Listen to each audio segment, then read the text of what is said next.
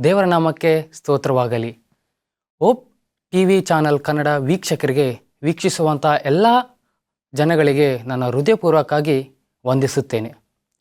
ನಾನು ಈ ದಿನ ಆರಿಸಿಕೊಂಡಿರುವ ಶಿರೋನಾಮೆ ಕಲ್ಟಿವೇಟಿಂಗ್ ಗಾಡ್ಲಿ ಹ್ಯಾಬಿಟ್ಸ್, ದೈವಿಕ ಅಭ್ಯಾಸಗಳಲ್ಲಿ ಬೆಳೆಸಿಕೊಳ್ಳುವುದು.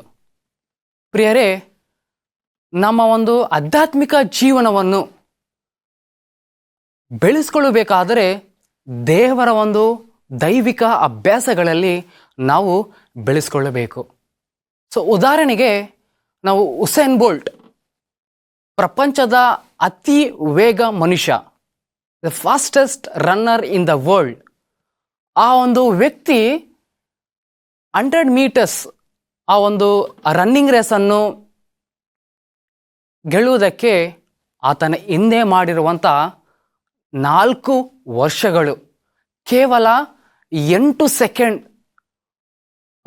ಆ ಪ್ರೈಸನ್ನು ಗೆಲ್ಲುವುದಕ್ಕೆ 4 ವರ್ಷಗಳು ಏನು ಮಾಡಿದನು? ಪ್ರಾಕ್ಟೀಸ್ ಮಾಡಿದನು.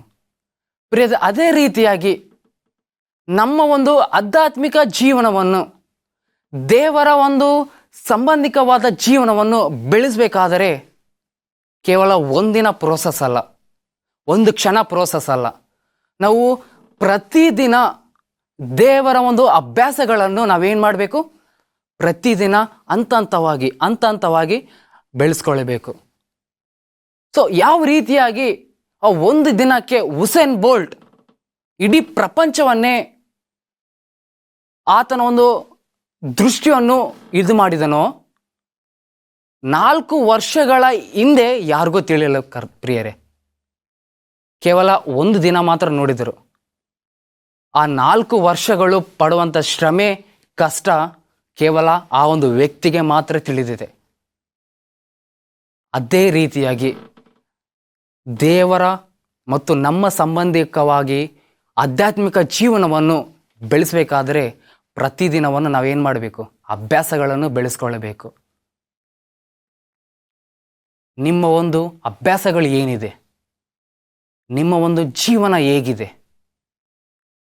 ನಿಮ್ಮ ಅಭ್ಯಾಸಗಳು ಪ್ರತಿದಿನ ಪ್ರೋಸೆಸ್ ಮಾಡ್ತಾ ಇದೆಯಾ ಇಲ್ಲ ಎಂದು ನಿಮ್ಮ ಒಂದು ಪ್ರಶ್ನೆ ಹಾಕ್ಕೋಬೇಕು ಪ್ರಿಯರೇ. ಬನ್ನಿ ತಲೆಬಾಗಿ ಪರಿಶುದ್ಧವಾದ ಆತ್ಮವನ್ನು ಸಹಾಯಕ್ಕಾಗಿ ಪ್ರಾರ್ಥನೆ ಮಾಡಿಕೊಳ್ಳೋಣ. ಪ್ರಾರ್ಥನೆ. ನಮ್ಮನ್ನು ಬಹಳವಾಗಿ ಪ್ರೀತಿ ಮಾಡುವಂಥ ಪರಲೋಕದ ಕರ್ತನೆ, ನಿನ್ನ ನಾಮಕ್ಕೆ ಸ್ತೋತ್ರ ಉಂಟಾಗಲಿ. ತಂದೆಯೇ, ದೈವಿಕ ಅಭ್ಯಾಸಗಳಲ್ಲಿ ನಾವು ಯಾವ ರೀತಿಯಾಗಿ ಮಾಡಿಕೊಳ್ಳಬೇಕು ಎಂಬ ಒಂದು ಶಿರೋನಾಮೆ ಬಗ್ಗೆ ನಾವು ಧ್ಯಾನ ಮಾಡುತ್ತಿದ್ದೇವೆ ಕರ್ತನೆ. ವೀಕ್ಷಿಸಿರುವಂಥ ಎಲ್ಲ ಒಂದು ಜನಗಳಿಗೆ ನೀವೇ ಪರಿಶುದ್ಧಾತ್ಮ ಸಹಾಯವನ್ನು ಮಾಡಬೇಕೆಂದು ಬೇಡಿಕೊಳ್ಳುತ್ತೇನೆ ಕರ್ತನೆ. ಈ ಒಂದು ವಾಕ್ಯದಿಂದ ನೀವು ಮಾತ್ರ ಘನಮಾನ ಹೊಂದಬೇಕೆಂದು ಯೇಸು ಕ್ರಿಸ್ತ ನಾಮದಲ್ಲಿ ಬೇಡಿ ಹೊಂದಿದ್ದೇವೆ ನಮ್ಮ ಕರ್ತನೆ. ಆಮೆನ್. ಪ್ರಿಯರೇ, ನಿಮ್ಮ ಒಂದು ಅಭ್ಯಾಸಗಳು ಯಾವ ರೀತಿ ಇವೆ? ನಿಮ್ಮ ಒಂದು ಜೀವನ ಯಾವ ರೀತಿ ಇದೆ? ನಿಮ್ಮ ಆಧ್ಯಾತ್ಮಿಕ ಜೀವನ ಯಾವ ರೀತಿ ಇದೆ? ಬನ್ನಿ ನಿಮ್ಮ ಸತ್ಯವೇದದಲ್ಲಿದ್ದ ಮುಖಾಂತರ ಧ್ಯಾನ ಮಾಡೋಣ. ದಾನಿಯೇಲ ಬರೆದ ಗ್ರಂಥ 6ನೇ ಅಧ್ಯಾಯ ಇವತ್ತು ನಾವು ಧ್ಯಾನ ಮಾಡೋಣ. ನಾವು ದಾನಿಯೇಲನ ಪುಸ್ತಕ ನಾವು ನೋಡೋದಾದರೆ, ಈ ಸ್ಪೆಷಲಿ 6ನೇ ಅಧ್ಯಾಯ ನಾವು ನೋಡೋದಾದರೆ, ಒಂದು ರಾಜನು ದಾನಿಯೇಲನನ್ನು ಸಿಂಹದ ಗವಿಯಲ್ಲಿ ತಳ್ಳಿಬಿಡ್ತಾನೆ ಪ್ರಿಯರೇ. ಈಗಾಗಲೇ ನಾವು ನೋಡಬಹುದು. ಯಾಕೆ ಆ ರಾಜನು ಆ ಸಿಂಹದ ಗವಿಯಲ್ಲಿ ಹಾಕಿರ್ತಾನೆ? ಯಾಕೆ ರಾಜನು ಒಂದು ದಾನಿಯೇಲನು ಮುಖ್ಯ ಕೆಲಸವನ್ನು ಹೊಂದಿರುವಂಥ ದಾನಿಯೇಲನು, ರಾಜನು ಯಾಕೆ ದಾನಿಯೇಲಿಗೆ ಸಿಂಹದ ಗವಿಯಲ್ಲಿ ಹಾಕಿದನು? ನಾವು ಈ 6ನೇ ಅಧ್ಯಾಯ ನೋಡೋದಾದರೆ ನಮಗೆ ಉತ್ತರ ಸಿಗುತ್ತೆ ಪ್ರಿಯರೇ. 6ನೇ ಅಧ್ಯಾಯ 10ನೇ ವಚನ. ಶಾಸನಕ್ಕೆ ರುಜುವಾದದ್ದು ದಾನಿಯೇಲನಿಗೆ ತಿಳಿದಾಗ ಅವನು ತನ್ನ ಮನೆಗೆ ಹೋಗಿ ಯೆರೂಸಲೇಮಿನ ಕಡೆಗೆ ಕದಲವಿದ್ದ ಕಿಟಕಿಗಳುಳ್ಳ ತನ್ನ ಮಹಾ ಅಡಿಯ ಕೋಣೆಯಲ್ಲಿ ಯಥಾ ಪ್ರಕಾರ ದಿನಕ್ಕೆ 3 ವರ್ತಿ ಮೊಣಕಾಲೂರಿ ತನ್ನ ದೇವರಿಗೆ ಪ್ರಾರ್ಥನೆ ಮಾಡಿ ಸ್ತೋತ್ರ ಸಲ್ಲಿಸಿದನು. ಪ್ರಿಯರೇ, ಈ ದಾನಿಯೇಲನನ್ನು ನೋಡುವುದಾದರೆ ಯಥಾ ಪ್ರಕಾರ ತನ್ನ ಮೂರಾವರ್ತಿ ಮೊಣಕಾಲೂರಿ ದೇವರಿಗೆ ಪ್ರಾರ್ಥನೆ ಮಾಡುತ್ತಿದ್ದನು. ಯಥಾ ಪ್ರಕಾರ ನಾವು ಎಷ್ಟು ಸಲ ಪ್ರಾರ್ಥನೆ ಮಾಡುತ್ತಿದ್ದೇವೆ? ಯಾವಾಗ ನಮ್ಮ ಕಷ್ಟಗಳು ಬಂದದ ಪಕ್ಷದಲ್ಲಿ, ನಮ್ಮ ಶೋಧನೆ ಬಂದದ ಪಕ್ಷದಲ್ಲಿ, ನಮಗೆ ಕೇಡು ಬಂದಿರುವಂಥ ಪಕ್ಷದಲ್ಲಿ ಮಾತ್ರ ನಾವು ಮೊಣಕಾಲೂರುತ್ತೀವಿ.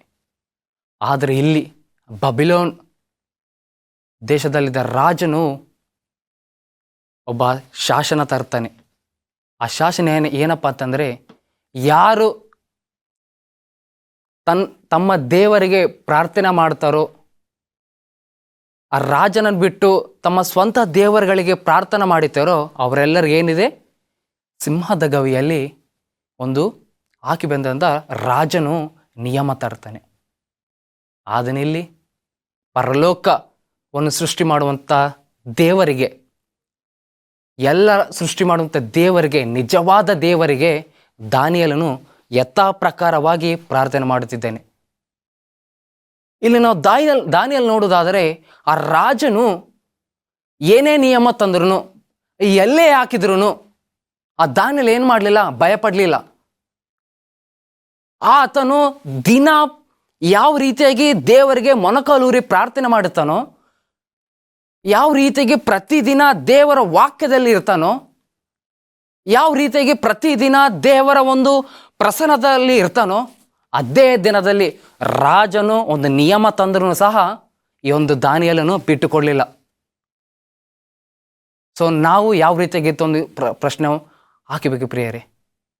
ಈ ಒಂದು ದಾನಿಯೇಲ ಮುಖಾಂತರ, ಈ ಒಂದು ದಾನಿಯೇಲ ನಂತರ ನಾವಿದ್ದೇವಾ? ನಾವು ಯಾವಾಗ ಕಷ್ಟ ಬರುತ್ತದೋ, ಒಂದು ಶೋಧನೆ ಬರುತ್ತೋ, ಆವಾಗ ಮಾತ್ರ ನಾವು ಸಭೆಗೆ ಹೋಗೋದು, ಮೊಣಕಾಲೂರಿ ಪ್ರಾರ್ಥನೆ ಮಾಡೋದು. ಈ ಒಂದು ದಾನಿಯೇಲನು ರಾಜನು, ಬ್ಯಾಬಿಲೋನ್ ದೇಶದಲ್ಲಿ ಇರುವಂಥ ರಾಜನು ನಿಯಮ ತಂದರೂ ಸಹ, ಸಿಂಹದ ಗವಿಯಲ್ಲಿ ಹಾಕಿದ್ರು ಸಹ ಅದೇನು ಮಾಡಿದನು, ಯಥಾ ಪ್ರಕಾರವಾಗಿ ಮೂರಾವರ್ತಿ ಪ್ರಾರ್ಥನೆ ಮಾಡಿದನು. ಪ್ರಿಯರೇ, ನಮ್ಮ ಆತ್ಮಿಕ ಜೀವನವನ್ನು ಬೆಳೆಸಬೇಕಾದರೆ ನಾವು ದೇವರ ಒಂದು ಅಭ್ಯಾಸಗಳಲ್ಲಿ, ದೈವಿಕ ಅಭ್ಯಾಸಗಳಲ್ಲಿ ನಾವೇನು ಮಾಡಬೇಕು, ಬೆಳೆಸಬೇಕು. ಪ್ರಿಯರೇ, ನಿಮ್ಮ ಒಂದು ಅಭ್ಯಾಸ ಏನಿದೆ? ಒಬ್ಬ ಸ್ಪೋರ್ಟ್ಸ್ ಮ್ಯಾನ್, ಕ್ರೀಡಾ ಸ್ಫೂರ್ತಿ ಒಬ್ಬ ಸ್ಪೋರ್ಟ್ಸ್ ಮ್ಯಾನ್, ಆತನ ಲೈಫಲ್ಲಿ ಸಕ್ಸಸ್ ಆಗಬೇಕಾದ್ರೆ ಕೇವಲ ಒಂದು ದಿನ ಮಾತ್ರ ಪ್ರಾಕ್ಟೀಸ್ ಮುಖ್ಯ ಅಲ್ಲ. ಉದಾಹರಣೆಗೆ ಕ್ರಿಕೆಟರ್ ನಾವು ನೋಡೋದಾದರೆ, ಒಂದೇ ಸತ ಪ್ರಾಕ್ಟೀಸ್ ಮಾಡಿ ಆ ಮ್ಯಾಚಲ್ಲಿ ಬ್ಯಾಟಿಂಗ್ ಆಡ್ತಾನಂತ ಅದು ಆಗಲ್ಲ ಪ್ರಿಯರೇ. ಪ್ರತಿದಿನ ಆತನಿಗೆ ಏನಿರಬೇಕು, ಪ್ರಾಕ್ಟೀಸ್ ಇರಬೇಕು. ಅದೇ ರೀತಿಯಾಗಿ ನಮ್ಮ ಜೀವನದಲ್ಲಿ ಸಹ ನಾವು ಒಂದೇ ಪ್ರಾರ್ಥನೆಗೆ, ಒಂದೇ ವಾಕ್ಯಕ್ಕೆ ನಮ್ಮ ಆಧ್ಯಾತ್ಮಿಕ ಜೀವನವನ್ನು ಬೆಳಿಬೇಕು. ದೇವರ ಮತ್ತು ನಮ್ಮ ಸಂಬಂಧವಾಗಿ ಹೆಚ್ಚಿನ ಬೆಳೆಸಬೇಕಾದ್ರೆ ಕೇವಲ ಒಂದು ದಿನ ಮಾತ್ರವಲ್ಲ, ಪ್ರತಿದಿನ ನಾವೇನು ಮಾಡಬೇಕು, ದೇವರ ಒಂದು ವಾಕ್ಯವನ್ನು ಓದಬೇಕು, ದೇವರ ಒಂದು ಪ್ರಾರ್ಥನೆಯನ್ನು ಪ್ರತಿದಿನ ನಾವು ಮಾಡಲೇಬೇಕು. ಪ್ರಿಯರೇ, ನೀವು ಎಷ್ಟು ದಿನ ಪ್ರಾರ್ಥನೆ ಮಾಡ್ತಿದ್ದೀರಾ? ನೀವು ಎಷ್ಟು ದಿನ ದೈವಿಕ ಅಭ್ಯಾಸಗಳಲ್ಲಿ ನೀವು ಇರುತ್ತಿದ್ದೀರಾ? ಇಲ್ಲಿ ನಾವು ದಾನಿಯೇಲ ಚರಿತ್ರೆ ನಾವು ನೋಡೋದಾದರೆ, ರಾಜನು ಸಿಂಹದ ಗವಿಯಲ್ಲಿ ಒಂದು ನಿಯಮ ತಂದನು ಸಹ ಅವನು ಪ್ರಾರ್ಥನೆ ಸ್ಟಾಪ್ ಆಗಿಲ್ಲ. ಅವನು ದೇವರಲ್ಲಿ ಇರುವ ಸಂಬಂಧ ನಿಲ್ಲಿಸಲಿಲ್ಲ. ಯಾರನ್ನೂ ಬಂದರೂ ಸಹ, ಏನೇ ಆಗಿದರೂ ಸಹ ಅವನೇನು ಮಾಡ್ತಾನೆ, ತಾನು ಆರಾಧಿಸುವಂಥ ದೇವರಿಗೆ ಪ್ರಾರ್ಥನೆ ಮಾಡುತ್ತಿದ್ದಾನೆ. ಪ್ರಿಯರೇ, ವಾಕ್ಯವನ್ನು ಹೇಳುತ್ತದೆ, ದಿನಕ್ಕೆ ಮೂರಾವರ್ತಿ ಮೊಣಕಾಲೂರಿ ತನ್ನ ದೇವರಿಗೆ ಪ್ರಾರ್ಥನೆ ಮಾಡಿ ಸ್ತೋತ್ರ ಸಲ್ಲಿಸಿದನು. ಪ್ರಿಯರೇ, ಎಷ್ಟು ಅದ್ಭುತವಾದ ಮಾತುಗಳಿವು! ಇದೇ ಒಂದು ಪಾಠ, ಆಧ್ಯಾತ್ಮಿಕ ಪಾಠವನ್ನು ನಮ್ಮ ಜೀವನಕ್ಕೆ ಅಪ್ಲೈ ಮಾಡಬೇಕು. ಪ್ರಿಯರೇ, ಸೈತಾನನು ಯಾವ ರೀತಿಯಾಗಿ ನಮ್ಮ ಮೇಲೆ ಶೋಧನೆಗಳು ತರ್ತಾನೋ, ಯಾವ ರೀತಿಯಾಗಿ ಕಷ್ಟಗಳು ತರ್ತಾನೋ ನಾವು ಭಯಪಡಬಾರ್ದು. ನಾವು ದೇವರ ಒಂದು ಸನ್ನಿಧಾನದಲ್ಲಿ ದೇವರ ಒಂದು ಅಭ್ಯಾಸಗಳನ್ನು ನಾವು ನಿಲ್ಲಿಸಬಾರದು. ಏನೇ ಆಗಲಿ, ಆ ಸೈತಾನನು ಏನೇ ತರಲಿ, ಆ ಸೈತಾನನು ಏನೇ ನಿಮಗೆ ಶೋಧನೆ ತರಲಿ, ನಾವು ಪ್ರಾರ್ಥನೆ ನಿಲ್ಲಿಸಬಾರದು ಪ್ರಿಯರೇ. ಸೊ ಯಾವ ರೀತಿಯಾಗಿ ದಾನಿಯೇಲನು ದಿನಕ್ಕೆ 3 ಆವರ್ತಿ ಪ್ರಾರ್ಥನೆ ಮಾಡಿದನೋ, ಯಾವ ರೀತಿಯಾಗಿ ದೇವರ ಒಂದು ಪ್ರಸನ್ನತೆಯಲ್ಲಿದ್ದು ಒಂದು ಕನೆಕ್ಷನ್ ಅನ್ನು ಇಟ್ಕೊಂಡಿದನೋ, ಅದೇ ರೀತಿಯಾಗಿ ಸೈತಾನನು ನಮ್ಮ ಜೀವನಕ್ಕೆ ತಂದನು ಸಹ ನಾವು ಭಯಪಡಬಾರದು. ನಮ್ಮಲ್ಲಿ ದೇವರ ಒಂದು ಅಭ್ಯಾಸಗಳನ್ನು ನಿಲ್ಲಿಸಬಾರದು ಪ್ರಿಯರೇ. ಇಷ್ಟು ದಿನ ಪಡೋ ಕಷ್ಟ ಸಾಕು, ಇಷ್ಟು ದಿನ ಹಂತವಾಗಿ ನಿಲ್ಲಿಸ ಸಾಕು ಪ್ರಿಯರೇ. ಮತ್ತೆ ಪುನಃ ಸ್ಟಾರ್ಟ್ ಮಾಡೋಣ. ನಮ್ಮ ಆಧ್ಯಾತ್ಮಿಕ ಜೀವನವನ್ನು ಬಲವಾಗಿರಬೇಕಂದ್ರೆ, ನಾವು ಆಧ್ಯಾತ್ಮಿಕ ಜೀವನವನ್ನು ಸ್ಟ್ರಾಂಗ್ ಆಗಿರಬೇಕಾದ್ರೆ ಕೇವಲ ಒಂದು ದಿನ ಪ್ರೋಸೆಸ್ ಅಲ್ಲ ಪ್ರಿಯರೇ, ಒಂದು ದಿನ ಅವಕಾಶವಲ್ಲ, ಒಂದು ದಿನ ಪ್ರೋಸೆಸ್ ಅಲ್ಲ ಪ್ರಿಯರೇ. ಪ್ರತಿದಿನ ನಾವೇನು ಮಾಡಬೇಕು? ದೇವರ ಒಂದು ಪ್ರಸನ್ನದಲ್ಲಿದ್ದು ಇರಬೇಕು ಪ್ರಿಯರೇ. ಎಷ್ಟು ಮಂದಿ ಅದೇ ಪ್ರೋಸೆಸ್ ಕಂಟಿನ್ಯೂ ಮಾಡ್ತಿದ್ದೀರಾ? ಯಾವ ರೀತಿಯಾಗಿ ನಾವು ಅಭ್ಯಾಸಗಳನ್ನು ಕಂಟಿನ್ಯೂ ಮಾಡ್ತಿದ್ದಾರೆ ಪ್ರಿಯರೇ? ವಾಕ್ಯ ಏನು ಹೇಳ್ತೇವೆ ನೋಡೋಣ. 12ನೇ ವಚನ, ದಾನಿಯೇಲ ಅದೇನೇ ಪುಸ್ತಕ 12ನೇ ವಚನ.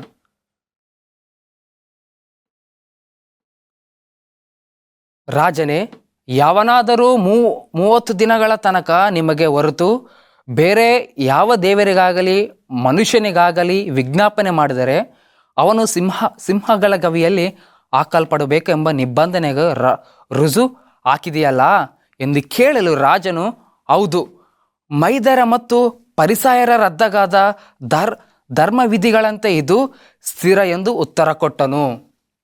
ಒಂದು ರಾಜ ಒಂದು ನಿಯಮವನ್ನು ತರುವಾಗ ಏನೇ ಇರಲಿ, ಅದು ಯಾರೇ ಇರಲಿ, ಈ ಒಂದು ನಾನು ರುಜು ಮಾಡಿರುವಂಥ ನಿಯಮಕ್ಕೆ ಉಲ್ಲಂಘಿಸಿದರೆ ಇದು ತೆಗೆಯಲ್ಪಡುವಿಲ್ಲ ಪ್ರಿಯರೇ. ನಾನು ಏನೇನು ನಿಯಮವನ್ನು ಹಾಕಿದ್ದೇನೋ ಅದು ಖಂಡಿತವಾಗಿಯೂ ಅವನು ಪರೀಕ್ಷೆ ಮಾಡಬೇಕಂತ ರಾಜನು ಹೇಳ್ತಾನೆ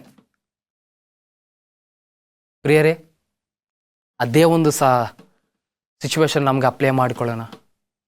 ಸೈತಾನನು ಅನೇಕ ಕಷ್ಟಗಳನ್ನು ತರ್ತಾನೆ, ಸೈತಾನನು ಅನೇಕ ಶೋಧನೆಗಳನ್ನು ತರ್ತಾನೆ ಪ್ರಿಯರೇ. ಅವನೇನೇ ಆಲೋಚನೆ ಬಂದರೂ ಸಹ, ಅವನೇನೇ ಕಷ್ಟಗಳು ತಂದರೂ ಸಹ ನಾವೇನು ಮಾಡಬೇಕು? ದೈವಿಕ ಅಭ್ಯಾಸಗಳನ್ನು ನಾವು ಬಿಡಲೇಬಾರದು. ಸೊ ಯಾವಾಗ ನಾವು ದೈವಿಕ ಅಭ್ಯಾಸಗಳನ್ನು ಬಿಡುತ್ತೇವೋ ನಮ್ಮ ಆಧ್ಯಾತ್ಮಿಕ ಜೀವನವನ್ನು ಏನಾಗುತ್ತೆ? ಮುರಿದು ಹೋಗುತ್ತೆ ಪ್ರಿಯರೇ. ಇಷ್ಟು ವರ್ಷ ಕಾಲ ನಾವು ದೇವರಲ್ಲಿ ಪ್ರತಿದಿನ, ಪ್ರತಿ ವರ್ಷ, ಪ್ರತಿ ತಿಂಗಳು ನಾನು ಕಂಟಿನ್ಯೂ ಮಾಡ್ತಿದ್ದೇನೆ. ಆದರೆ ಒಂದು ಕಷ್ಟ, ಒಂದು ದುಃಖ, ಒಂದು ಆಲೋಚನೆ, ಕೆಟ್ಟ ಆಲೋಚನೆ, ನಮ್ಮ ದೇವರ ಸಂಬಂಧ ಏನಾಗುತ್ತೆ? ಮುರಿದು ಬಿಡುತ್ತೆ. ಸೈತಾನನು ಕಾಯ್ತಾ ಇದ್ದಾನೆ ಆ ಒಂದು ಕ್ಷಣಕ್ಕಾಗಿ. ಆದರೆ ಆ ಒಂದು ಕ್ಷಣವು ನಾವು ಸೈತಾನನಿಗೆ ಕೊಡಲೇಬಾರದು. ಇಲ್ಲಿ ನಾವು ದಾನಿಯೇಲನು ನೋಡುವುದಾದರೆ ರಾಜನ ಮುಖ್ಯ ಅಧಿಕಾರಿಗಳು ಕಲಿಸ್ತಾನೆ. ಸೊ ಯಾರು ಬ್ಯಾಬಿಲೋನ್ ದೇಶದಲ್ಲಿ ನನಗೆ ಮಾತ್ರವಲ್ಲ ಬೇರೆ ಇತರ ದೇವರುಗಳಿಗೆ ಪ್ರಾರ್ಥನೆ ಮಾಡುತ್ತಾರೋ, ಆರಾಧನೆ ಮಾಡುತ್ತಾರೋ ಒಂದು ನಿಯಮ ತರುವಾಗ ಈ ಮುಖ್ಯ ಅಧಿಕಾರಿಗಳು ಹೋಗ್ತಾರೆ ಪ್ರಿಯರೇ. ಸೊ ನೋಡುವಾಗ ಈ ಒಂದು ನೀತಿವಂತನಾದ ದಾನಿಯೇಲನು, ಯಹೂದ್ಯನಾದ ದಾನಿಯೇಲನು ದೇವರಿಗೆ, ನಿಮ್ಮನ್ನು ನನ್ನನ್ನು ಸೃಷ್ಟಿ ಮಾಡುವಂಥ ದೇವರಿಗೆ ಮೊಣಕಾಲೂರಿ ಪ್ರಾರ್ಥನೆ ಮಾಡುತ್ತಿದ್ದೇನೆ. ಎಷ್ಟು ಅದ್ಭುತವಾದ, ಎಷ್ಟು ಧೈರ್ಯಕರವಾದ ಒಂದು ಚರಿತ್ರೆ ಪ್ರಿಯರೇ. ನಾವು ಈ ರೀತಿಯಾಗಿದ್ದೇವಾ? ನಾವು ಇದೇ ಒಂದು ಫಾಲೋ ಮಾಡ್ತಿದ್ದೀವ? ನಮ್ಮ ಆತ್ಮಿಕ ಜೀವನವನ್ನು, ನಮ್ಮ ಆಧ್ಯಾತ್ಮಿಕ ಸಂಬಂಧವನ್ನು ಇನ್ನೂ ಬಲಪಡಿಸಬೇಕಾದರೆ ದೈವಿಕ ಅಭ್ಯಾಸಗಳು ಬಹಳ ಬಹಳ ಮುಖ್ಯ ಪ್ರಿಯರೇ. ಸೊ ಯಾವಾಗ ನಮ್ಮ ದೈವಿಕ ಅಭ್ಯಾಸಗಳು ನಾವು ಕಂಟಿನ್ಯೂ ಮಾಡ್ತೀವೋ ಆವಾಗ ದೇವರಿಗೆ ನಮಗೆ ಸಂಬಂಧವು ಬಹಳ ಸ್ಟ್ರಾಂಗ್ ಆಗಿರುತ್ತೆ. ಸೊ ಈ ಒಂದು ವಾಕ್ಯದಲ್ಲಿ ನಾವು 3 ಪಾಠಗಳನ್ನು ನಾವು ಕಲಿಯಬೇಕು ಪ್ರಿಯರೇ. ಮೊದಲನೇದಾಗಿ ಕಮಿಟ್ಮೆಂಟ್, ಬದ್ಧತೆ. ಕಮಿಟ್ಮೆಂಟ್ ಅನ್ನೋದು ಬಹಳ ಮುಖ್ಯ. ಸೊ ನಾವು ಒಂದು ಸಲ ನಾವು ತೀರ್ಮಾನ ಮಾಡಿಕೊಂಡ್ರೆ ಅದು ಬಿಡಲೇಬಾರ್ದು. ಅದೆಷ್ಟೇ ಕಷ್ಟ ಬರಲಿ, ಎಷ್ಟೇ ದುಃಖ ಬರಲಿ, ಎಷ್ಟೇನು ಬ್ಯುಸಿ ಸ್ಕೆಡ್ಯೂಲಲ್ಲಿದ್ದರೂ ಸಹ ನಾವು ಬಿಡಲೇಬಾರ್ದು. ಸೊ ಯಾವ ರೀತಿಯಾಗಿ ದಾನಿಯೇಲನು ಆ ಒಂದು ರಾಜನು ನಿಯಮ ತಂದರೂ ಸಹ ದಾನಿಯೇಲ ಒಂದು ಕಮಿಟ್ಮೆಂಟ್ ಬಿಡಲಿಲ್ಲ, ದಾನಿಯೇಲನ ಬದ್ಧತೆ ಬಿಡಲಿಲ್ಲ, ದಾನಿಯೇಲನ ಅಭ್ಯಾಸ ಬಿಡಲಿಲ್ಲ. ಅದು ಯಥಾ ಪ್ರಕಾರವಾಗಿ ಆತನ ಏನು ಮಾಡ್ತಿದ್ದನು? ಪ್ರಾರ್ಥನೆ, ಮೊಣಕಾಲೂರಿ ಪ್ರಾರ್ಥನೆ ಮಾಡ್ತಿದ್ದನು.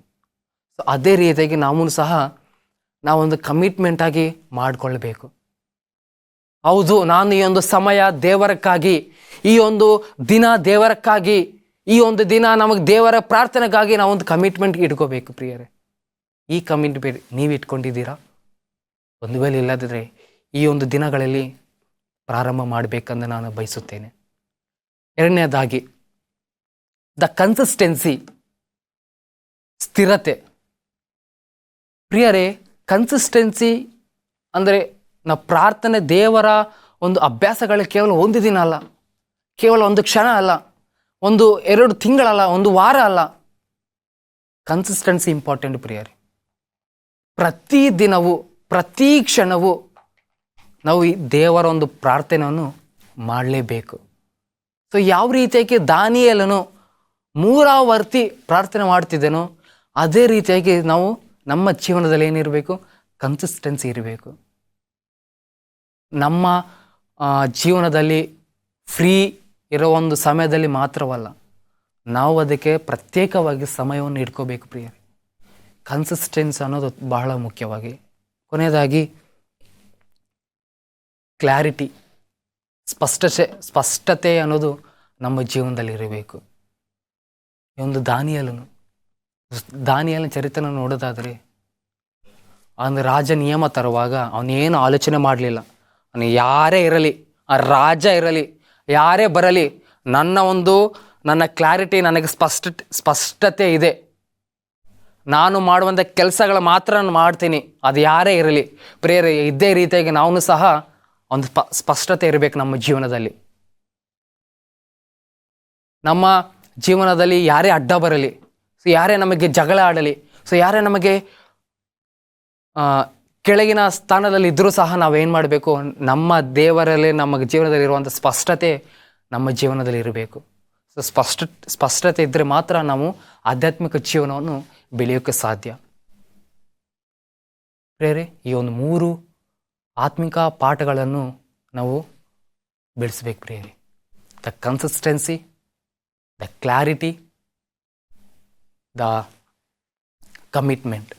ಈ ಒಂದು 3 ಆತ್ಮಿಕ ಪಾಠಗಳನ್ನು ನಾವು ಕಲಿಯಬೇಕು.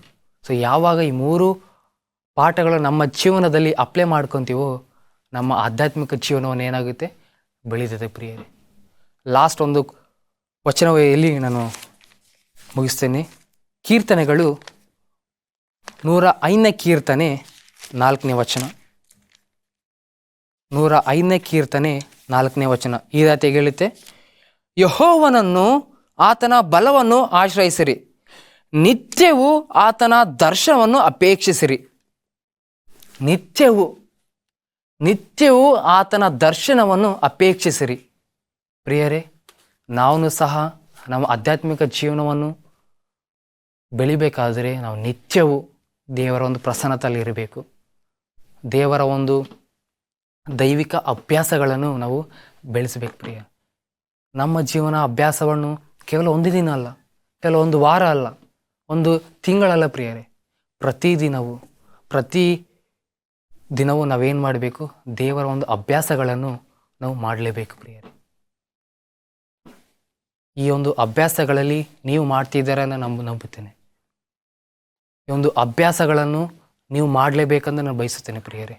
ಸೊ ಯಾವ ರೀತಿಯಾಗಿ ದಾನಿಯೇಲನು 3 ವಾರ್ತಿ ಪ್ರಾರ್ಥನೆ ಮಾಡುತ್ತಿದ್ದನೋ, ಸೊ ಅದೇ ರೀತಿಯಾಗಿ ನಾನು ಸಹ ದಿನ ದೇವರ ಒಂದು ಅಭ್ಯಾಸಗಳಲ್ಲೂ, ಚಟುವಟಿಕೆಗಳಲ್ಲಿ ನಾವೇನು ಮಾಡಬೇಕು? ಅಭ್ಯಾಸಗಳನ್ನು ಬೆಳೆಸಬೇಕು ಪ್ರಿಯರೇ. ಸೊ ಈ ಒಂದು ಅಭ್ಯಾಸಗಳನ್ನು ನೀವು ಬೆಳೆಸಿದರೆ ನಿಮ್ಮ ಜೀವನದಲ್ಲಿ, ನಿಮ್ಮ ಆಧ್ಯಾತ್ಮಿಕ ಜೀವನವನ್ನು ಬಹಳ ಸ್ಟ್ರಾಂಗ್ ಆಗಿರುತ್ತೆ ಪ್ರಿಯರೇ. ಸೊ ನಾನು ಮೊದಲೇ ಹೇಳ್ತಿರುವಾಗ ಆ ಉಸೇನ್ ಬೋಲ್ಟ್ ಯಾವ ರೀತಿಯಾಗಿ ಒಂದು 4 ವರ್ಷ ಶ್ರಮಪಟ್ಟನು ಆ ಒಂದು ದಿನಕ್ಕೆ ಮಾತ್ರ. ಪ್ರಿಯರೇ, ನಮಗೆ ಒಂದು ದಿನ ಇದೆ, ಆ ಪರಲೋಕ.